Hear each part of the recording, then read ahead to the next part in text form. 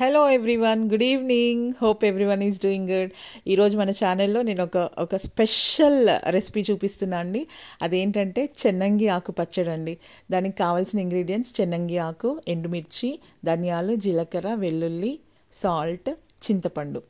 ఈ చెన్నంగి ఆకుని కసవింద అని అండ్ ఇంకొకటి కసింద అని కూడా పిలుస్తారండి. కసవింద, కసింద, చెన్నంగి ఈ మూడు ఒక ఆకుకి సంబంధించిన పేర్లే అనమాట.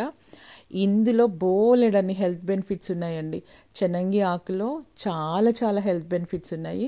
ఈ పచ్చడి తప్పకుండా ట్రై చేయండి. పచ్చడే కాదు, దీంతో పొడి చేసుకోవచ్చు.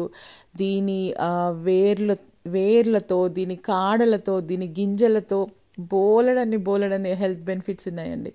సో దీన్ని ఎలా చేయాలో చూద్దాం. ఫస్ట్ పాన్ పెట్టుకొని ఆయిల్ వేసిన తర్వాత ఎండుమిర్చి వేసి దాంట్లో జీలకర్ర, ధనియాలు, కొంచెం చింతపండు, వెల్లుల్లి వేసి వేయించి పక్కన పెట్టేసుకొని మళ్ళీ అదే ప్యాన్లో ఇంకొంచెం ఆయిల్ వేసేసి ఈ చెన్నంగి ఆకుని నీట్గా కడిగి కాసేపు ఆరబెట్టుకొని దాన్ని ఇప్పుడు ఇందులో వేసి వేయించుకోవాలండి.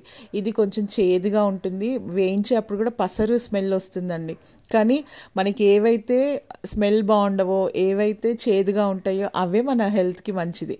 కాబట్టి తప్పకుండా ట్రై చేయండి. ఇప్పుడు అది కూడా వేయించిన తర్వాత ఫస్ట్ ఎండుమిర్చి మిశ్రమం అంతా గ్రైండ్ చేసి పెట్టుకున్నాం కదా, దాంట్లో ఈ ఆకుని కూడా వేసి గ్రైండ్ చేసుకొని దీన్ని తాలింపు పెట్టుకోవాలి. తాలింపులో జీలకర్ర, ఆవాలు, ఎండుమిర్చి, కరివేపాకు, కొంచెం పసుపు, శనగపప్పు, మినప్పప్పు వేసి తాలింపు పెట్టేసుకోవాలి.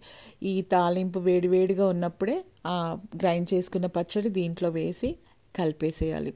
ఇది ఎంత మంచిదంటే అండి, ఎస్పెషల్లీ ఫీవర్ వచ్చినప్పుడు మన నోరంతా చేదుగా ఉంటుంది, ఏం తినాలనిపించదు కదా, ఆ టైంలో ఈ పచ్చడి చేసి పెట్టండి, నోరు టేస్టే మారిపోతుంది. చాలా మంచిదండి.